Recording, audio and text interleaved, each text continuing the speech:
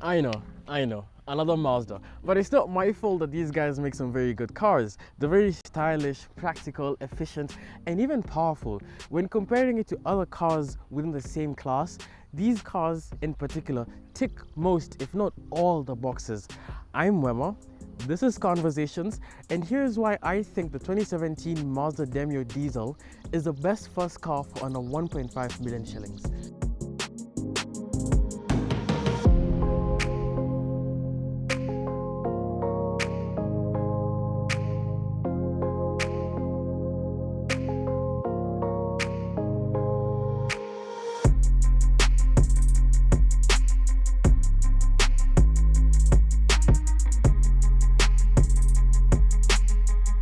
First launched in 2002, this one in particular is a 2017 model, which makes it the fourth generation of the Mazda Demio.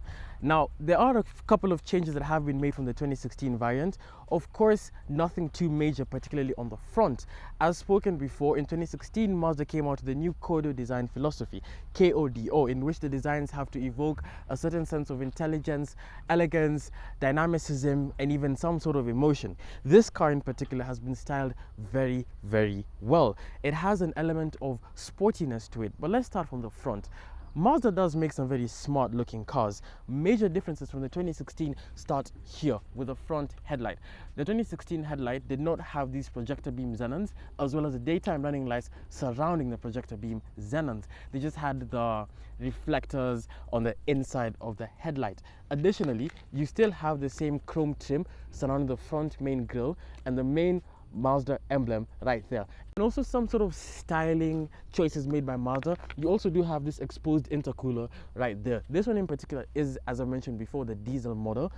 That gives it a heaps load more power. You also have this body colored styling lip. It almost looks like a front lip, but it's really not. It's just part of the bumper.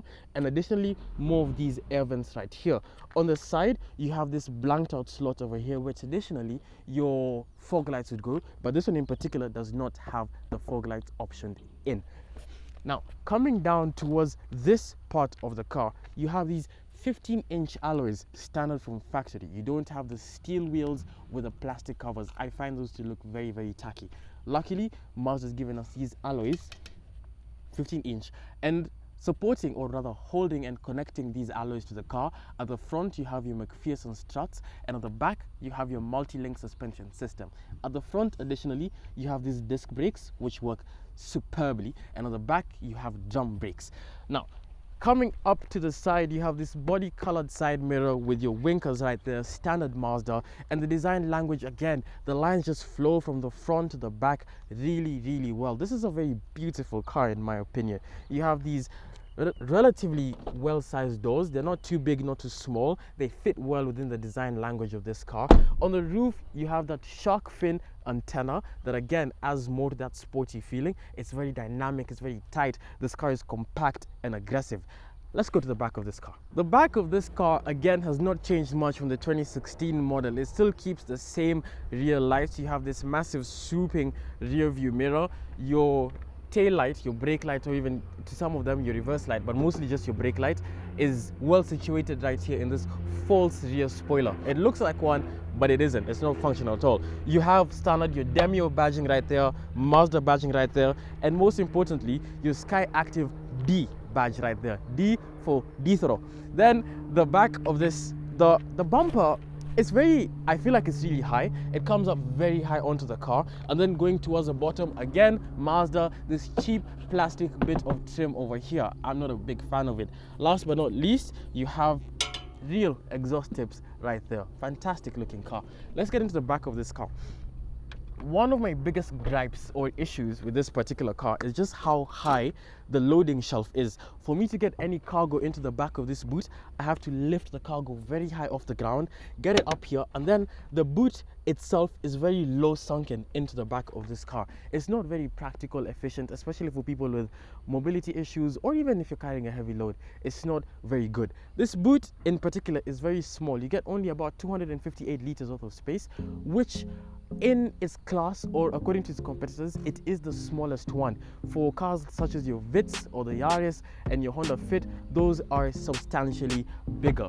But for what this car is, and the amount of space given to you, I think it gets the job done relatively well. Let's get into the inside of this car.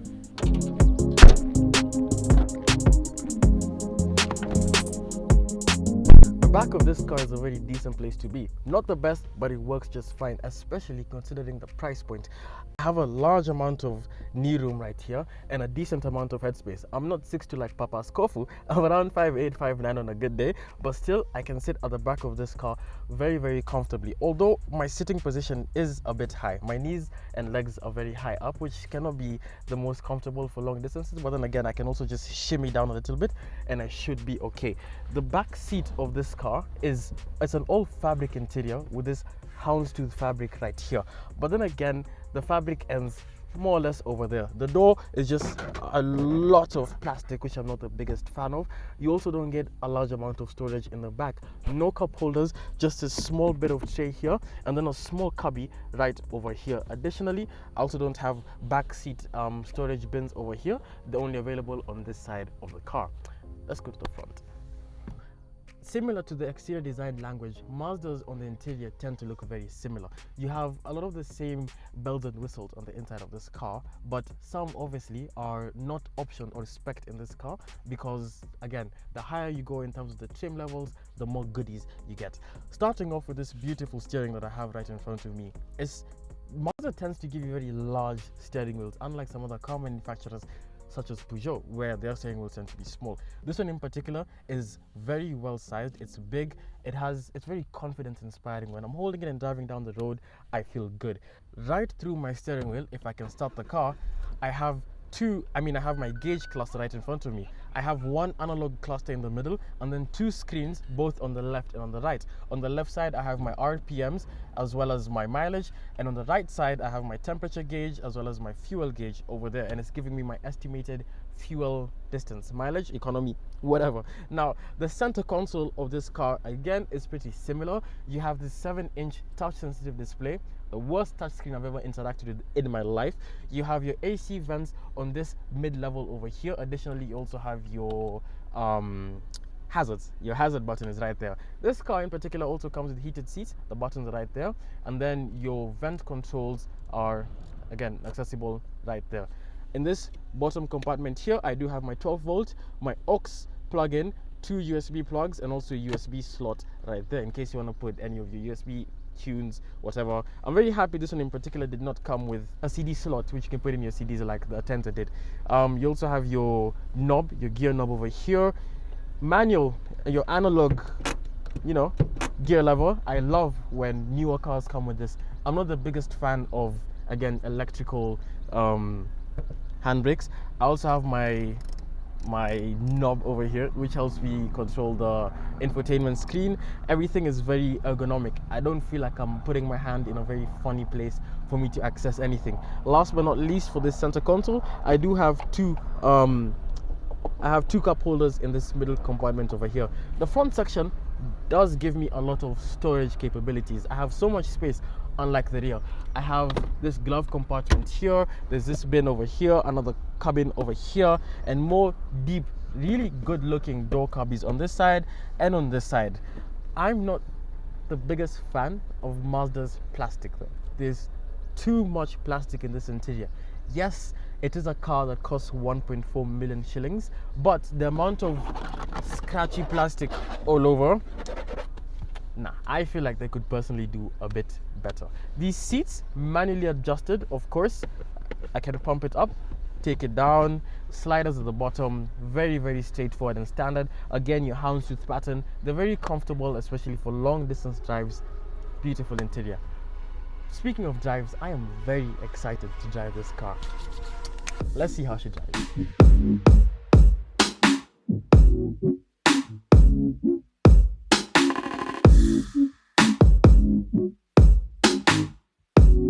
Under the hood of this car is a 1.5 litre 4-cylinder turbo diesel engine. The turbo in this car is one which has variable geometry, a variable geometry turbo.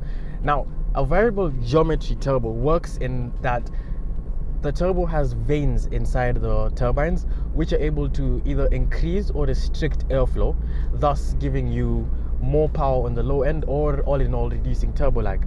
More on that later. Mated to the 1.5 litre diesel engine is a 6-speed automatic gearbox.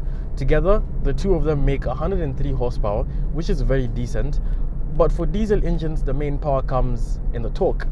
This car has 258 Newton meters of torque, which is ridiculous when you compare it to other cars within its class. And for a car of this size, it's just lovely. The power is just there for days and days and days. That feels really, really nice. Now, Mazda's diesel engines are known to be relatively problematic, right?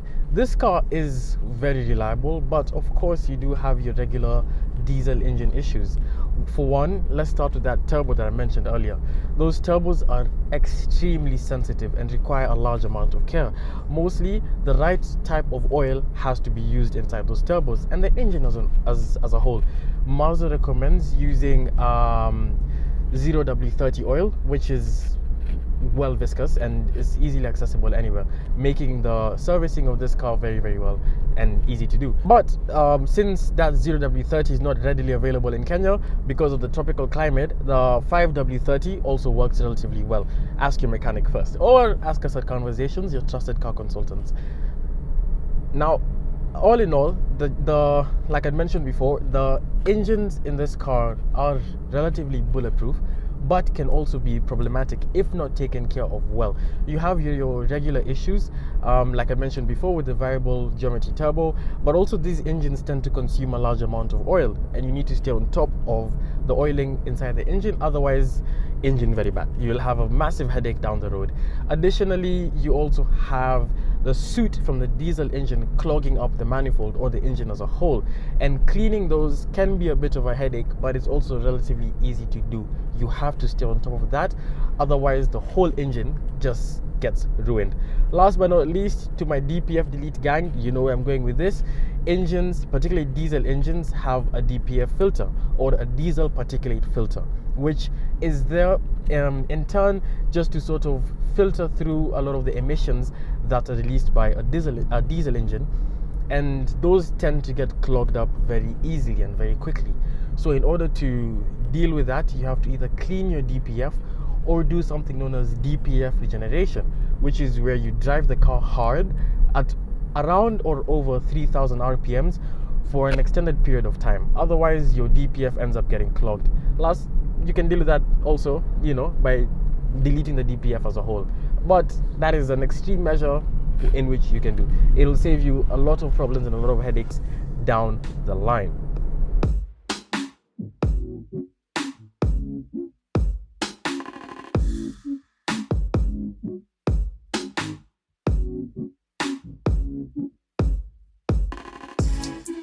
Let's look at the driving dynamics of the Mazda Demio. This car it's a very small and compact car with one hell of a powerhouse engine under the hood. This car feels very, very smooth to drive. Because of the variable geometry turbo, it means that as much as I do have a turbo, the turbo lag is not very noticeable. The power band is very, very smooth. I have a consistent delivery of power going straight to my wheels, all 103 horsepower, just seamlessly taking me in and out of corners at my heart's desire. I don't have to guess what the car is doing. The car, also because of the McPherson struts and the geometry of the suspension as a whole, it's been very well calibrated and very well fine-tuned to where it just feels very stable. It's very planted. The car has a very low center of mass, meaning I'm able to hug the road much, much better. It's just a pleasant feel to just cruise down the road ever so slightly. It just feels really, really, really good. I don't have to guess what I'm doing. I don't have to guess what the car is about to do. It's almost telegraphing. What I tell it to do, it does immediately. This car has an electronically assisted steering wheel, meaning the steering angles and the steering dynamics are also very, very pleasant to handle. It's just all in all a very fun car to drive. And because of now, like I mentioned earlier, the DPF driving, you have to push this car for a relatively long amount of time. I feel very happy and very comfortable doing that with this particular car. It's not a headache. I'm not struggling. Just hugging the corner so nicely there. I love this. Compared to some of its other counterparts within the same class, this drives it's among the top within that category. It's doing very, very well for itself. The power delivery, the angle of steering, the driving dynamics in this car as a whole are just lovely. Now, granted, I also don't have a heads-up display, meaning because this is one of the lower trims of this particular model, but if optioned, you can get some of those extras. My blind spots are also very, very well taken care of. The blind spots are not as big. I also have collision warnings in my side mirrors, and from the rear view mirror I can also see out the back of this car really, really well. It's a very well put together car. I quite like this, I really do. Now, this car does feel fast, but let's get Mbugwa and let's do a speed check. Instead of talking, let's put numbers on the paper.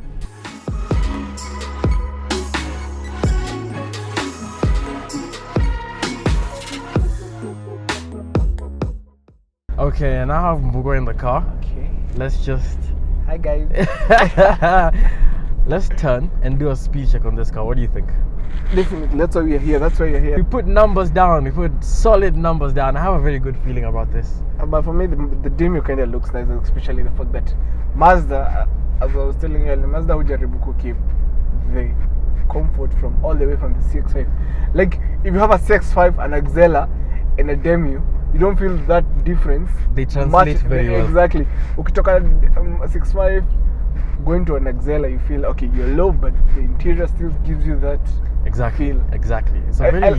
I love that. It's a very smart car. I think that's the same way Mercedes is. Once you come out from a W211 to a 212, minimal changes, but you still feel that nostalgia of being in a Mercedes. You do. Same to a Mazda. You do. Now, Mazda on paper says this is a 9.7 second car. Whoa. 9.7 seconds, 0 to 100 kilometers an hour. 9.7. Okay, let's try hack that. Let's try. You ready? I am ready. Alright, let's do this. Count me in. In 1, 2, 3, and go. Okay. I'm not too happy about that start. Yeah, I know. But I know. We're still pushing. Let's see. Oh, I have the numbers. Talk to me. 10.2 seconds. 10.2. 10.2 seconds. 10.2. Oh my god, it just lost a second to the... Actually, it lost a second, less than second. That start was really bad. We also have luggage in the back. Additionally, the AC is on. 10.2. I'm very happy with those numbers. Quite nice numbers. Right. I believe that's actually, this is the quickest mini hatch I've been to, because even the... Okay, was it a sub 10? I don't even remember. The Swift RS that we did was, I think, a 10 seconds also, which was a 3-cylinder 1000cc booster jet. Compared to the 1500cc, I think what kitu inasaidia gari ni torque. Yeah, honestly, that turbo in the low end torque, it's beautiful. It's ridiculous. The fact that it's a ulikuwa naita hiyo turbo, variable geometry turbo, and the fact that it's a diesel, I think you access the full power at roll pace between 2000 rpm to 2500. It's unlike a beautiful car. It's a I know. I would love to drive it. Can I? Yes. Okay, well, I'm in the driver's seat. Talk to me. How does it feel? This guy's... Oh! Yeah. Feel that. Yeah. The shifts. The auto is very responsive. Oh my god. It never feels like you're in the wrong gear, doesn't it? Oh my god. This is what we're feeling. Yes. Talk to me about that power delivery. Smooth, right? And it's so smooth. And also the... Oh my god. It almost feels like it's an NA engine, naturally aspirated. Yeah? Maybe now I have to talk much. Can we do value for money? Let's do value for money. So what do you compare this car with? So this car falls in the same category as the Toyota Vitz or the Yaris, the Honda Fit, the Nissan Note, and the Swift as well. Yeah, the Swift. And to some extent, maybe even the VW Polo. When it comes to Germany, maybe the A-Class of Mercedes. possibly, one? but in terms of price points, nah, that's a bit too far. That's a bit high. So for the Germans, the VW Polo is the only one that like really fits into that category, more or less, yeah. Okay. Because this car goes for about 1.4 million shillings. Okay. All the other ones I've mentioned are also around that similar price point. The only one which is above slightly is the Polo. Polo. That But goes probably for like 1.6 there. 1.6 there or thereabouts, right? So in terms of practicality, I'd mentioned earlier that the boot, it's a bit small compared to the rest that I've mentioned. And then in terms of reliability, this diesel is relatively very easy to maintain. It's bulletproof. You also get really good power performance, right? Okay. Now, maybe in comparison to the power performance for this, I'd rate it at like possibly the Swift RS, maybe, yeah, or the Vitz RS, right? Those tend to work. But you remember I told you the fact that we had a Auris, it's an RS. Yes. 1890cc. The manual one. The manual one. Yes. Still didn't make it at Sub 10. Sub 10. And this just barely made it to, like, it was at the brink of being sub 10. Exactly. Compared to all the other cars in that particular class, I don't think there is any that looks as good as this. Because, fine, the Swift RS, it's a good looking car, yeah? But from my perspective and the people I've interacted with, it's a very hit or miss car.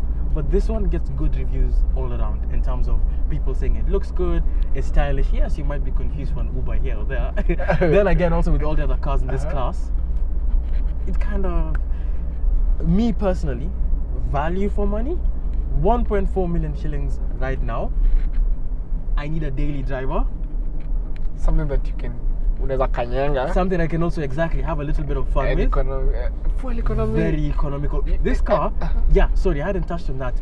Fuel economy of this car being a diesel, 19.4 kilometers per liter. Oh my god, that's almost a hybrid territory. Exactly. It's very, very efficient. Woo! The other ones also do similar numbers. The Vitz, I believe, does around 17 to 18. Yeah. Same as the Honda Fit. And the Swift RS now down does about 14 to 15. Okay. This one at 19.4, it's really, really good. Value for money? I give 1.4 million shillings right now. Which one are you taking out of those that I mentioned? Definitely the Demio diesel. You know, let me tell you something. I hadn't interacted with the Demio diesel. This is my first time. Okay. So, and all the time I was wondering how it got in a driver's. Right. I think it just answered all my questions. Exactly. It's, for me personally, it's a toss-up between the Swift RS and this, but purely off of looks, I'd say this edges out the RS slightly. Yeah. Value for money? Demio. The Demio for me. Demio. Yeah, the diesel, 2.2 liter, 4-cylinder diesel. That's the one for 2.2. This is the 2.2. This is the 1.5. 1.5. The 2.2 is in the Axelas and SX5s. The CX5s as well. And their Tenzas. Yes. I'd go for this one. Sign out. Remember guys, please like and subscribe to our channel. If you've enjoyed this video, please comment down and tell us, value for money, what would you pick? This has been Mbogo and Mwema. Mbogo and Mwema driving. For the 2017 Mazda Demio. Catch you on the next one.